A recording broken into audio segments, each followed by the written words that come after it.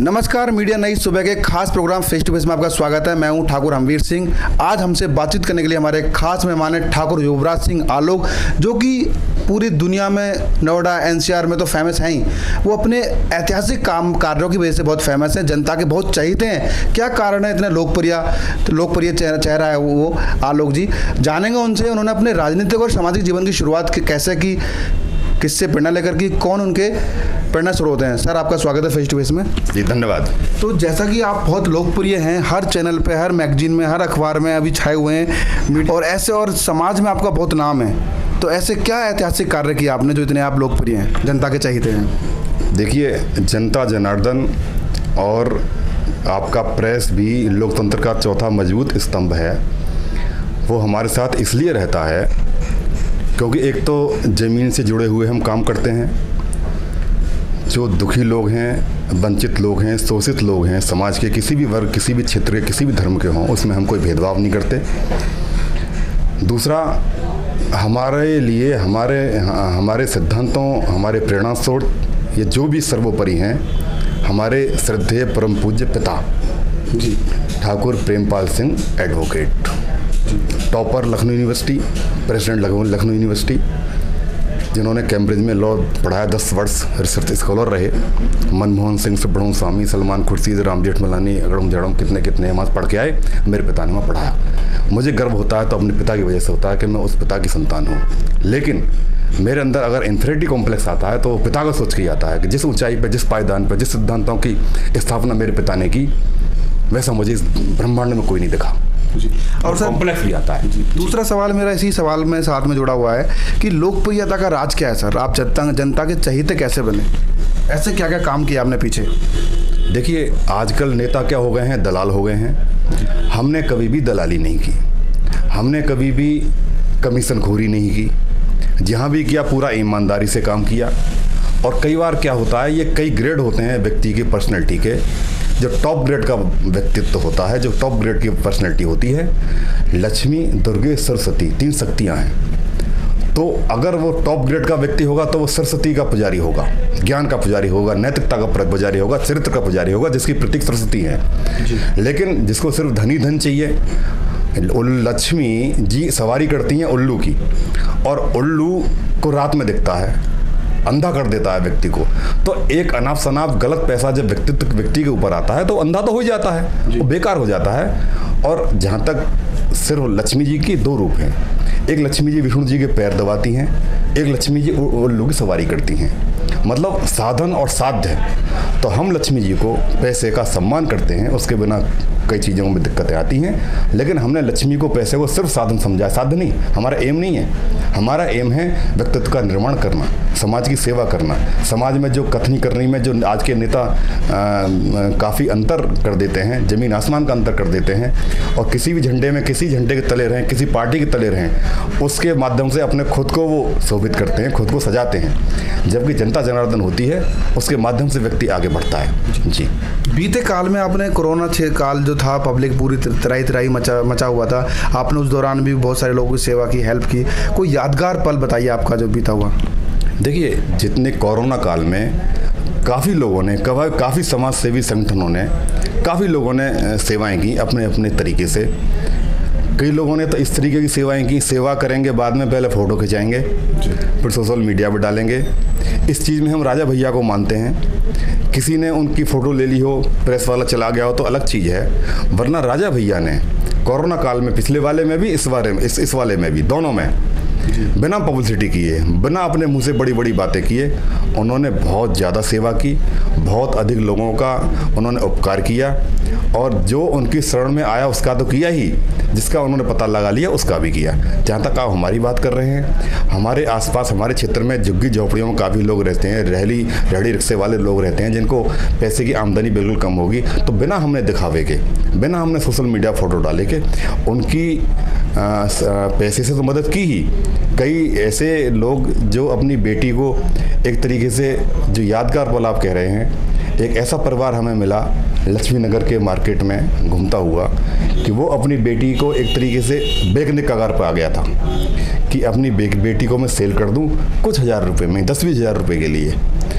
ये पिछले वाले लॉकडाउन की बात है। तो हमने उसकी बेटी का अपने माध्यम से और अपने साथ के सहयोगियों के माध्यम से पैसे का अरेंजमेंट किया और एक लड़का ऐसा ही भला परिवार ढूंढकर हमने उसकी सम्मान के साथ मंदिर में जाकर सनातन धर्म मंदिर में दिल्ली में ही उसकी शादी कराई। आज हम उसे देखते हैं, 1.5 साल हो गया, करीब 1 साल से ऊपर हो गया शादी को। वो दोनों मियाँ बीवी बहुत सुखी हैं, बहुत बड़ा अच्छा जीवन यापन कर रहे हैं। अब वो हमें दिल से, जो आप कह रहे थे, हमें बरकत तभी होती है, दुआएं मिलती हैं। हमने दो गलत किस्म का छिचोरा कुत्ता किस्म के लोग होते हैं, उनके लिए हम वहाँ कमीने भी हैं। जैसे राजा भैया के लिए आपने देखा होगा, अभी पिछले हफ्ते एक अनर्गल बयान दे दिया गया। अरे वो गुंडों के लिए गुंडा है, हरामियों के लिए हरामी हैं। हम भी हैं, भले कोई हमें उंगली एक तरफ मिलाए, हाथ मिलाए, हम छाती से लगा लेते हैं उसको, और कोई हमें जरा भी इग्नोर करे, जरा भी हमें अपेक्षित करे, इग्नोर करे, हम उसके ऊपर थूकने भी नहीं जाएंगे, हम इग्नोर कर देते हैं ऑल लाइफ के लिए। तो ये खुददारी ज़मीर हमारे बाप ने पैदा किया है, 10 पीढ़ियों का है ये। मेरे पिता तो थे ही टॉपर, मेरे पिता के पिता अजमेर में रेलवे में थे, बहुत बड़े अफसर थे। मेरे great grandfather chief superintendent and claim जज बॉम्बे, और वो जजमेंट भी देते थे, जो रेलवे के क्लेम होते थे उनका भी डिसाइड करते थे। उनके पिता, ग्रेट ग्रैंडफादर के पिता डॉक्टर रणजीत सिंह, प्रतापपुरा आगरा में डॉक्टर थे, बहुत ऊंचे। प्रतापपुरा में अभी भी उनके पुराने कहीं कुएं हैं तो उनका नाम दिख जाता है। उनके पिता ठाकुर बलवंत सिंह आर्मी में थे, उनके पिता, मतलब मेरे पास 8 पीढ़ियों के तो फोटो हैं, उससे पहले फोटो बनते ही नहीं थे। जी। मुझे गर्व होता है अपनी वंशावली पर, और गर्व ये भी होता है हर बाप से ऊपर पिता जाता है। हम यहाँ अपने को थोड़ा सा अपेक्षित अनकंफर्टेबल महसूस करते हैं कि हम अपने पिता के स्थान पर नहीं पहुँच पाए। मेरे पिता, उनके फादर, मेरे ग्रैंडफादर, मेरे ग्रेट ग्रैंडफादर, मेरे ग्रेटेस्ट ग्रैंडफादर, मेरे उनके फादर, एक से एक ऊपर। तो अब आके हम 2 भाई यहाँ पे हैं, मैं युवराज, मेरा छोटा भाई देवराज। मेरा छोटा भाई फ्लैट ग्रुप ऑफ इंडिया का मैनेजिंग डायरेक्टर है। मेरी 2 बहनें हैं, doctor Rama Singh head of department में एमपी में हैं, और एशिया के जो संस्कार भारती ग्रुप होता है, कवित्री बहुत बड़ी, उसकी प्रेसिडेंट हैं। मेरी बड़ी बहन है BHL में है, गीता दीदी नाम है उनका। तो हमारी तो 2 बहन। सेवा का भाव आपके खून में ही बसा हुआ है बचपन से ही, और पीढ़ियों से सेवा भाव का समाज में आपका लगाव पहले से ही है।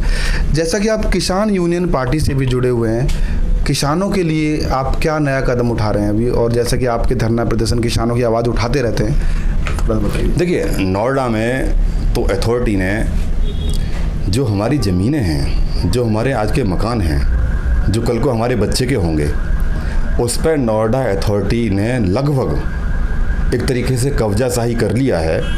और वो नाम जो आज हमारे न हैं, कल को हमारे बच्चों के नाम नहीं होगा, उस पर स्टाम्प नोएडा अथॉरिटी की लग चुकी होगी। तो वो चीज़ बड़ी गलत है, क्योंकि इन्होंने करीब 30 साल से, जब से नोएडा बसा है 40 साल से, उल जलूल दामों पर, बड़े सस्ते रेटों पर हमारी ज़मीनों को हत्या लिया गया, कब्जा कर लिया गया, और बड़े अच्छे रेट में बिल्डर को बेच दिया गया। जी। तो ये बड़ा गलत है। पैसा मिलता तो हमको मिलता, हमारे किसान भाइयों को, साथियों को मिलता, वो पैसा पूरा मिला नहीं। ये आपने आवाज़ उठाई, इसके लिए आवाज़ उठाई है। फ्लैटों की आवाज़ है। जो हमारा ज़मीन है 10 बीघा है, 20 बीघा है, 5 बीघा है, उसका हमें 5% का प्लॉट दिया जाए, वो पूरी तरीके से नहीं मिला। 10% का मुआवजा नहीं मिला। 64% का 81 गाँव नोएडा में लगते हैं जी। तो वो बहुत बड़ा विरोध है।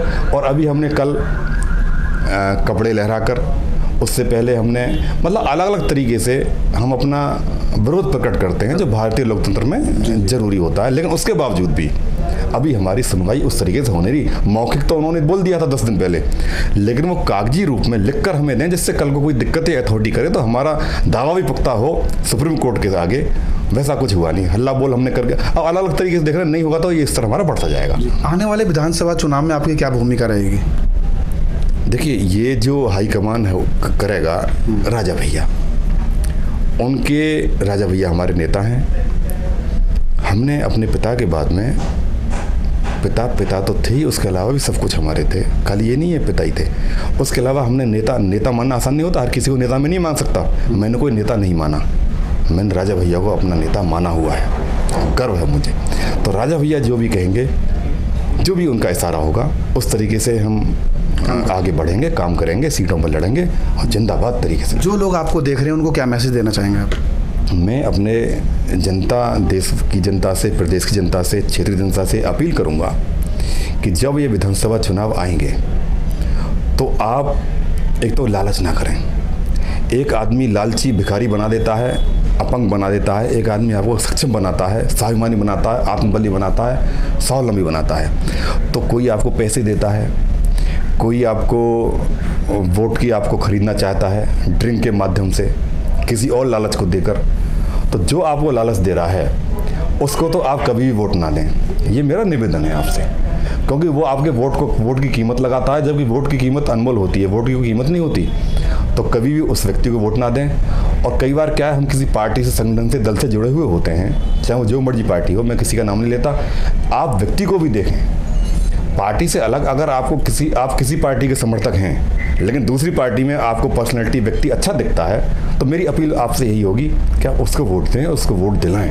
क्योंकि अच्छे लोग क्या हैं, पार्टी में उतरते नहीं हैं, हरामी निकम्मे लोग नेता के नाम पर उतर के आ जाते हैं, जिससे समाज का बड़ा नुकसान होता है, वो हम देखते हैं। तो मेरी अपील यही होगी कि अच्छे लोगों को समर्थन करें, अच्छे लोगों को आगे बढ़ाएं, जिससे आगे अच्छे लोग आगे उतर के भी आएँ समाज में, जिससे समाज का भला हो, राष्ट्र का भला हो, देश का भला हो और फिर दुनिया का, ब्रह्मांड का भला हो, इस तरीके से हो जाए। ये मैं निवेदन करता हूँ आपसे। जी, हमसे बात करने के लिए बहुत बहुत धन्यवाद। आपका बहुत बहुत धन्यवाद जी। तो ये थे आज के हमारे खास मेहमान श्री युवराज सिंह आलोक। फिर आऊँगा किसी खास मेहमान के साथ, किसी खास चर्चा पे बात करूँगा आपसे।